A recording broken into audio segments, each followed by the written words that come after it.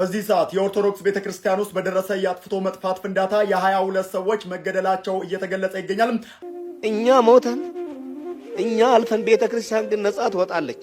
ምንም የምንፈራውም የምናፍረውም ነገር የለም። ምን በላይ ሌላ ጦር አልመዘዝንም፣ መሳሪያም የለንም፣ የምንዋጋበትም የለንም። መሳሪያ ያለው አካል ግን የዚችን ቤተክርስቲያን ሕግና ስርዓት ሊያስከብር ይገባል።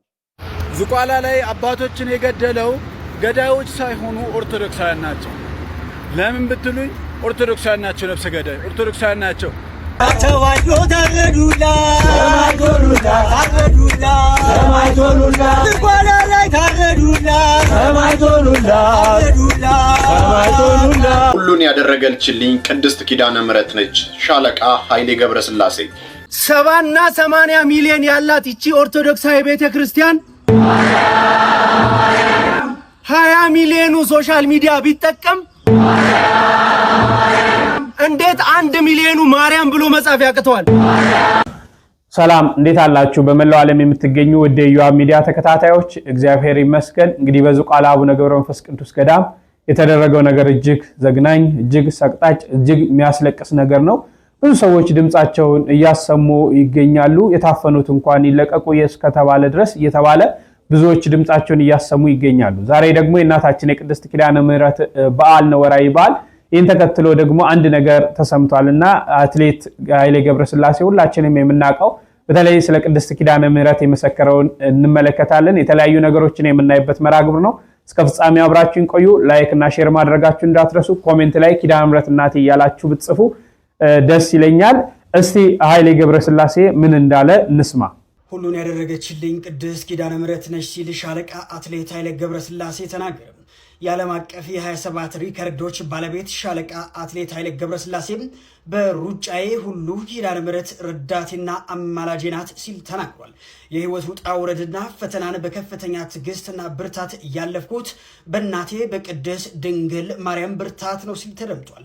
በሽርፍራፊ ሰከንዶች ብዙ አጥቼ ብዙ አግኝቻለሁ ያለው ሻለቃ ኃይሌ ገብረስላሴ የጊዜን ዋጋ ትርጉም በመስጠት ራዕይን ማሳካት ይገባል ሲል መልእክቱንም አስተላልፏል። በተጨማሪ አዳዲስ መረጃዎች የፕላስ ምልክቷ በመንካት ፎሎ በማድረግ ቤተሰቡ እንደተከታተላችሁት ነው እንግዲህ አትሌት ኃይሌ ገብረስላሴ የተናገረው እንሰምታችኋል። እናቴ ኪዳነ ምሕረት በርካታ ነገሮችን ረድታኛለች፣ በሩጫው ዓለም በተለያዩ ዓለም እመቤታችን ኪዳነ ምሕረት ረድታኛለች ብሎ ስለ እናታችን ስለ ቅድስት ድንግል ማርያም ነው የተናገረው። በጣም ደስ ይላል። የኛ እናት ወላዲተ አምላክ እንዲች አይነት ርህሩህ እናት፣ ምትረዳ እናት ነው ያለችን። ወደሷ መቅረብ ወደሷ መጠጋት ብቻ ነው ከኛ የሚጠበቀው ማለት ነው። ግን ብዙዎች ደግሞ በጣም በሚገርም ሁኔታ ምን ያህል ጥላቻቸው ራሱ ውስጣቸው እንደገባ በጣም በሚገርም ሁኔታ ይህን ቪዲዮ ተከታተሉ። መንግስተ ሰማያት መርጣ ምታገባ ትንሽ ከሚዲያ አራቅ ስንላቸው ፕሮቴስታንቶች የማይሆኑ ቃላቶችን እየሰነዘሩ እና ለማንኛውም ስለ ሁሉም ነገር እግዚአብሔር ይመስገን 200,000 ገብተናል።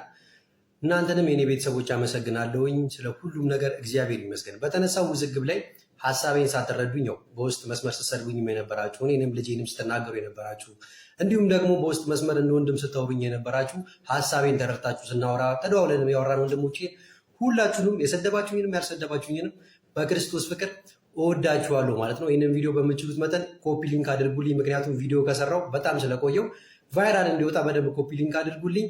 ወደ ጂሚ ቤራው ቪዲዮ እንመለስ። ማርያም መንግስተ ሰማያት መርታ ምታገባ ሉክ መንግስተ ሰማያት መርጣ ምታገባ። እንግዲህ እንደሰማችሁት እሸቱ ህፃናትን ለማስተማር ቆንጆ ነገር ጀምሯል። ያንን ግን ሳይሰማ ትኩረቷቸው ሁሉም ፕሮቴስታንቶች ምን ላይ ነው? እመቤታችን ቅድስት ድንግል ማርያም ላይ ስለሆነ ዘሎ ሄዶ መርጣ ምታስገባ እያለ ነው። ይህንን ነገር ለልጆቻችሁ አታሰሙ አለ። በነገራችን ላይ መርጣ ብታስገባም ቢል ምንም የሚገርም አይደለም። ምክንያቱም በጸጋ የተሞላች እናት ነችና ለመንግስተ ሰማያት የሚበቃውንም የማይበቃውንም መለየት የምችል ምልዕተ ጸጋ የሞላባት እናት ነች ያለችንና ብትመርጥም ምንም የሚገርመን ጉዳይ የለም። ነገር ግን እሸቱ እያለ መንግስተ ሰማያት መርታ ምታገባ መርታ ምታስገባ ነው። መርታ የምትመራ የልጇን መንገድ የምትመራ የምታስተምር ልጇን አምላኳን የወለደች እናት ስለሆነች አምላኳን በማህፀኗ የተሸከመች እናት ስለሆነች የምትመራ ለማለት ነው። ስለዚህ ሐሳባችሁን ከመናገራችሁ በፊት ደጋግማችሁ ቪዲዮን ለመስማት ሞክሩ፣ ወይም ደግሞ መዝሙሮቹን ለመስማት ሞክሩ፣ የህፃናትን መዝሙርን ለመስማት ሞክሩ። ስለዚህ ዳይሬክት ዩቲዩብ ላይ ቫይራል እንዲወጣላችሁ ብቻ ሳይሆን ወይም ደግሞ እመቤታችን ቅድስት ድንግል ማርያምን ታርጌት አድርጋችሁ ለመናገር ብቻ ሳይሆን ሐሳቡን ለመረዳት ሞክሩና መርጣን ብታስገባ ምንም የሚገርም አይደለም። ምክንያቱም የእናንተን ፓስተሮች እየመረጡ ስለሚያስገቡ በእናንተ ወደ የትኛው እንደሚያስገቧችሁ አናውቅም። ነገር ግን እመቤታችን ቅድስት ድንግል ማርያም ደግሞ መርጣም ታስገባለች ማለት ነው። ምንም የሚገርም ጉዳይ አይደለም። ይህንን ቪዲዮ በምችሉት መጠን ኮፒ ሊንክ አድርጉልኝ። በብዙ ቪዲዮዎች እንመለሳለን። እወዳችኋለሁ። ይህ ቪዲዮ ላይ እንደተከታተላችሁት መርታ የምታገባ ነው የሚለው። እመቤታችን ቅድስት ድንግል ማርያም ወደ መንግስተ ሰማያት መርታ የምታገባ ናት ነው የሚል። እሱ ግን መርጦ ይሄው እመቤታችን መርጣ ታገባናለች ብለው ይላሉ ብሎ ይሄን ያህል በድፍረት የጆሮ እንኳን መስማት አለመስማት ችግር በስማም በጣም እኔ እመቤታችን ምን አደረገቻቸው? ይሄን ያህል ጥላቻ። ሰው እኮ እናቱን ራሱ ይወዳል፣ የሰው እናት ራሱ ይወዳል። እንዴት የጌታ እናት ሆነ አምላኬ ብሎ የሚያመልካት አምላኬ ብሎ የሚያመሰግነው አምላክ እናት ሆና ሰው ይሄን ያህል እመቤታችንን መጥላት ማለት ለኛ ግን በመስቀል ስር የተሰጠችን ስጦታችን በዛሬው ዕለት 16 ስንል ኪዳነ ምሕረት የምሕረት ቃል ኪዳን ከልጇ ከወዳጇ የተቀበለችበትን በዓል ነው የምናከብረውና እንደው እዚችን እናስም ጻፉ። ሌላ ውስጥ በዙቃላ የተደረጉ ነገሮችን አንዳንድ ነገሮችን ተማምረን አይተን እንምጣ። በዚህ ሰዓት የኦርቶዶክስ ቤተክርስቲያን ውስጥ በደረሰ የአጥፍቶ መጥፋት ፍንዳታ የ22 ሰዎች መገደላቸው እየተገለጸ ይገኛል። 22 ሰዎችም ህይወታቸው አልፏል ተብሏል። ይህ ጥቃት የተፈጸመው በሶሪያ ሲሆን በሶሪያ ዋና ከተማ ደማስቆስ በሚገኘው የግሪክ ኦርቶዶክስ ቤተክርስቲያን ላይ በተፈጸመ የአጥፍቶ ጠፊ የቦምብ ጥቃት ቢያንስ 22 ሰዎች ሲገደሉ 63 ሰዎች መቁሰላቸውን የሀገሪቱ ጤና ሚኒስቴር አስታውቋል። የሀገር ውስጥ ጉዳይ ሚኒስቴር እንዳስታወቀው አንድ ግለሰብ እሁድ ምሽት በዱዋይላ ሰፈር በሚገኘው በነብዩ ኤልያስ የግሪክ ኦርቶዶክስ ቤተክርስቲያን ውስጥ በመግባት ልብሱ ላይ የታጠቀውን ፈንጅ ከማፈንዳቱ በፊት ተኩስ ከፍቷል ብለዋል። እዚህም ታዲያ እስካሁን ድረስ በተገለጸ ሁኔታ የ22 ሰዎች ህይወት እንዳለፈ ነው የተነገረው። ይሄ ቀን ያልፋል። የግነት ከሌለን ኢትዮጵያውያን ካልሆን ለኛ በዚህ ምድር እንድንኖር ካልተፈቀደልን ይነገረን። ምንም አይደለም። ይሄ የሃይማኖት ተቋም እንጂ ሌላ ዓላማ ያለው ሌላ ችግር ያለው ሌላ አንግቦ የሚሄድ ተቋም አይደለም። እስከ መቼ እንዴ? ዓለምም ይፍረደን፣ መላው ህዝበ ክርስቲያን ይፍረደን። ሌላ ነገር አላልንም። ሞት አላወጅንም፣ ስደት አላወጅንም። የቤተ ክርስቲያን ህግ ይከበር ነው ያለው። የቤተ ክርስቲያን ህግ ይከበር በማለታችን ለምን እኛ ሞተን እኛ አልፈን ቤተ ክርስቲያን ግን ነጻ ትወጣለች? ምንም የምንፈራውም የምናፍረውም ነገር የለም። ምንም አላለም። ህግ ይከበር ነው ያለው። የሲኖዶስ ህግ ይከበር ነው ያለው። ከዚህ በላይ ሌላ ጦር አልመዘዝንም። መሳሪያም የለንም፣ የምንዋጋበትም የለንም። መሳሪያ ያለው አካል ግን የዚችን ቤተ ክርስቲያን ህግና ስርዓት ሊያስከብር ይገባል። ገዳማውያን እየተረሸኑ ነው። ገዳማውያን እየታረዱ ነው። የአብነት ተማሪዎች እየተረሸኑ ነው። ገዳማት እየተዘጉ ነው። ይሄ ሩቅ አይደለም። ሀገር እግዚአብሔር ተብላ ሲነገርላት የኖረች ህዝብ እግዚአብሔር ተብሎ ሲነገርልን የኖርን 24 ሰዓት እግዚአብሔር የሚመሰገንባት 24 ሰዓት ስብሐተ እግዚአብሔር የማይቋረጥባት ሀገራችን ኢትዮጵያ ዛሬ የደም መሬት እየሆነች ነው። 24 ሰዓት የእግዚአብሔር ምስጋና የማይቋረጥባቸው ገዳሞቻችን ዛሬ መከራ ላይ ነው ያሉት፣ ስቃይ ላይ ነው ያሉት። ክርስትና ዛሬ እየተሰደደች ነው፣ የደም ዋጋ እየከፈለች ነው። ሃይማኖታችሁን አስቡ። ዘላለም አንኖርም። ጨክኑ ክርስቲያኖች፣ ጽኑ በሃይማኖታችሁ። ሃይማኖታችሁን ጠብቁ፣ ክርስትናችሁን ጠብቁ። ታሪካችሁን ለልጆቻችሁ ንገሩ። ሃይማኖታችሁን ለልጆቻችሁ አስተምሩ። አስተምሯቸው፣ ንገሯቸው። ሺህ ዘመን አንኖርም፣ ለዘላለምም በዚህ ምድር ላይ አንቀርም። እንሄዳለን ሁላችንም። እውነትን ይዘን ብንሄድ ይሻለናል። እውነትን ይዘን ብንጓዝ ይሻለናል። ሃይማኖታችንን ጠብቀን ብንጓዝ ይሻለናል። ዝቋላ ላይ አባቶችን የገደለው ገዳዮች ሳይሆኑ ኦርቶዶክሳውያን ናቸው። ለምን ብትሉኝ ኦርቶዶክሳውያን ናቸው፣ ነፍሰ ገዳይ ኦርቶዶክሳውያን ናቸው። አሁን ስለዚህ ሁላችንም በመጀመሪያው በአመቱ ጠብቀው ዛሬም አባቶች ተገለዋል። ስለ ዝቋላ አቦ ሁላችንም ዝም አንልም። አሁን ላይ ግን የበለጠው ነገር የመጣው ነገር ቢመጣም እኛም ዝም አንልም። ስለዚህ አፈሙዝም ሆነ ዱላ ሁሉ ወደ ዝቋላ አቦ ይዙር። ምክንያቱም እኛ የአባቶቻችን ደም እንደፈሰሰ የአባቶቻችን ሬሳ ጫካ ውስጥ እንደወደቀ እናውቃለን፣ ሰምተናልም፣ ከዚህ በፊትም አይተናል። ስለዚህ ደግሞ በዚህኛው ዙርም ዝም ብንል ቀጣይ ዓመትም እንደዚሁ እየጠበቁ አባቶችን መግደልና ቤተክርስቲያንን ማፍረስ ነው የሚሆነው። ስለዚህ መንግስት አካልም ሆነ ማንኛውም ነገር ፊቱ ወደዛ እንዲያዞርልና ይሄ ነገር እንዲጣራልን እንፈልጋለን። ስለዚህ ዝቋላ ዛቦ ሁላችንም ዝም አንልም፣ ዝም አንልም።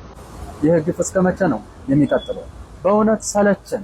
በየአመቱ በየጊዜው በአንድ በኩል ተገደሉ፣ በአንድ በኩል በግፍ ታሰሩ፣ በአንድ በኩል በጥይት ተገደሉ፣ በአንድ በኩል ታረዱ የሚባለው የቤተክርስቲያን መፍረስ፣ የቤተክርስቲያን መቃጠል፣ የክርስቲያኖች መታረድ፣ ክርስቲያኖች እየተመረጡ በሁሉም አይነት መስመር በሁሉም አይነት ክፍል እየተመረጡ የሚሳደዱበት፣ የሚገደሉበት፣ የሚገለሉበትን ግፍ መስማት።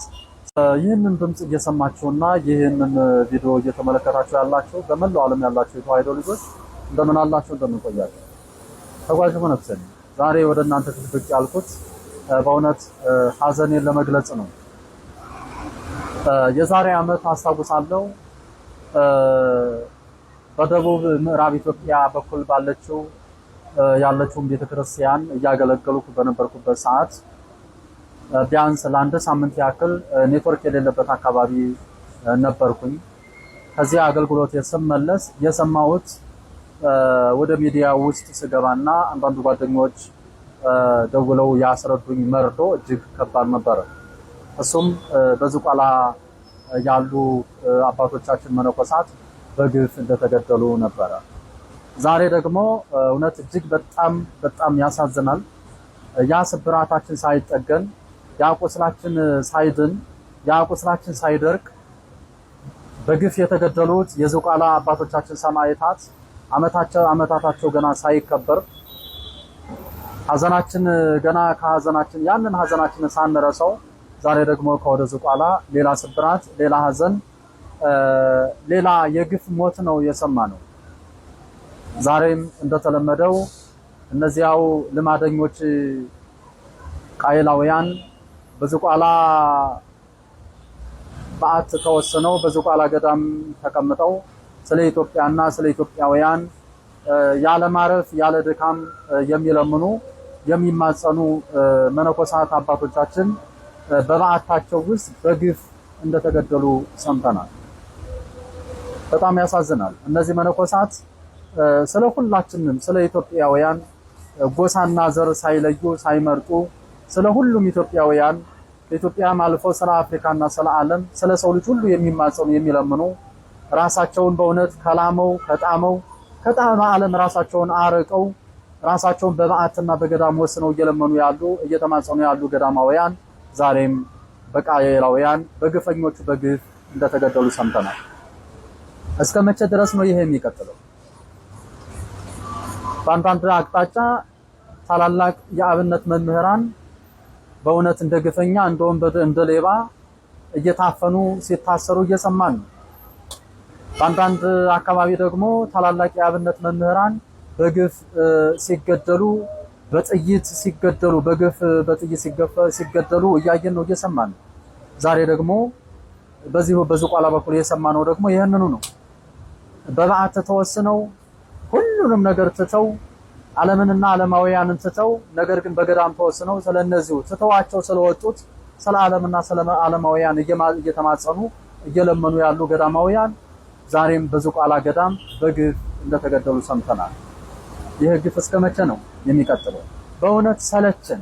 በየአመቱ በየጊዜው በአንድ በኩል ተገደሉ፣ በአንድ በኩል በግፍ ታሰሩ፣ በአንድ በኩል በጥይት ተገደሉ፣ በአንድ በኩል ታረዱ የሚባለው የቤተክርስቲያን መፍረስ፣ የቤተክርስቲያን መቃጠል፣ የክርስቲያኖች መታረድ፣ ክርስቲያኖች እየተመረጡ በሁሉም አይነት መስመር በሁሉም አይነት ክፍል እየተመረጡ የሚሳደዱበት፣ የሚገደሉበት፣ የሚገለሉበትን ግፍ መስማት ሰለችን።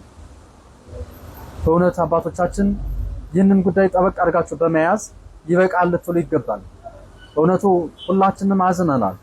በግፍ የተገደሉት የሰማዕታቱ በረከት በሁላችን ላይ ይደር። ተዋጆ ታረዱላ ሰማይቶሉላ ታረዱላ ሰማይቶሉላ ትጓላ ላይ ታረዱላ ሰማይቶሉላ ታረዱላ ሰማይቶሉላ ይብላ ላይ ታረዱላ ሰማይቶሉላ ታረዱላ ሰማይቶሉላ ወልባ ላይ ታረዱላ ሰማይቶሉላ ታረዱላ ሰማይቶሉላ ትጓላ ላይ ታረዱላ ሰማይቶሉላ ታረዱላ ሰማይቶሉላ ዛሬም በየገዳማቱ ደም ማፍሰስ፣ ዛሬም መገደል፣ ዛሬም መሞት፣ ዛሬም ቤተክርስቲያንን መድፈር በዝቋላ አቡነ ገብረ መንፈስ ቅዱስ ደገሙት። እነዚህ መናንያን መነኮሳት ስለ እግዚአብሔር ነፍሳቸውን የሚሰጡ፣ እነዚህ መናንያን ስለ ሀገር የሚጸልዩ፣ ስለ ዓለም የሚጸልዩ፣ ስለኔና ስለናንተ ስለ መንግስት ማራቸው እያሉ የሚጸልዩ፣ በእፍኝ ቆሎ የሚተዳደሩ የእግዚአብሔር ባለሟል ልጆች ናቸው። መናንያኑ ምን አጠፉ? ከዓለም ርቀው ዋሻ ውስጥ ተደብቀው የሚኖሩ መነኮሳት ምን አደረጉ? ለምንስ ታሳድዷቸዋላችሁ?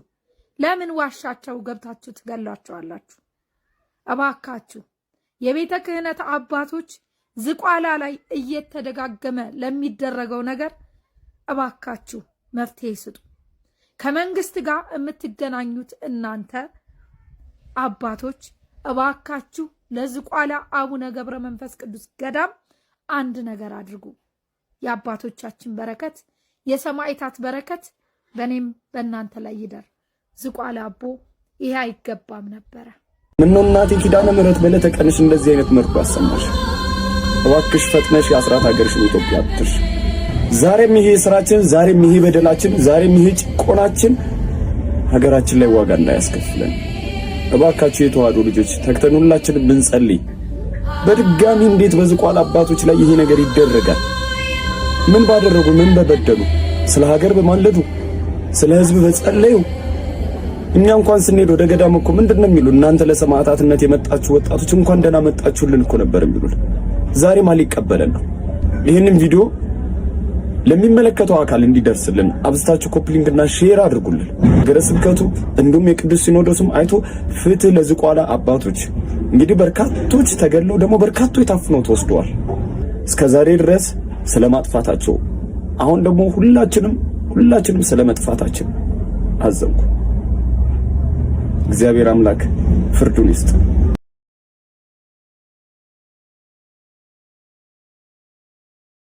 እንግዲህ የሞቱት አባቶቻችን በረከታቸው ይድረሰን ነው የሚባለው። ሁልጊዜ እንደምለው ለነዚህ አባቶች ነፍስ ይማር አይባልም፣ በረከታቸው ይድረሰን። ቤተክርስቲያን ግን ስቃይዋ፣ ፈተናዋ፣ መከራዋ መቼ እንደሚያበቃ በጣም ያሳዝናል። እንግዲህ እግዚአብሔር ለሁሉም መልስ አለው። እኛ መልስ የምናገኘው ከእግዚአብሔር ነው። ተስፋ እንደሌላቸው ማንንም ተስፋ አለን፣ አምላክ አለንና እንግዲህ አባቶቻችን ከዚህ ዓለም አረፉ። እነሱ እኮ ደስታቸው ነው ዛሬ። እነሱ ሐሴት ያደረገች ለምን ከክርስቶስ ጋር መኖርን የሚናፍቁ ከሱ ጋር መኖርን የሚፈልጉ ናቸውና ወደሚፈልጉት እቅፍ ሄደዋል። ይብላልኛ ግን ጸሎት የሚያደርጉልን ሀገራችንን ማርልን፣ ህዝቤን ማርልን፣ እባክህ ይቅርበል ብለው የሚለምኑ አባቶችን ነው እያጣን ያለነውና እግዚአብሔር እሱ ሰላም እንዲያመጣልን፣ መንግስትም ደግሞ እንዲህ አይነት ነገር ትኩረት በመስጠት ፍትህ እንዲያሰፍን እንጠይቃለን። እንግዲህ በሌላ ጊዜ እስክንገናኝ እጅግ አመሰግናለሁ። ቸርን ሰንብቱ።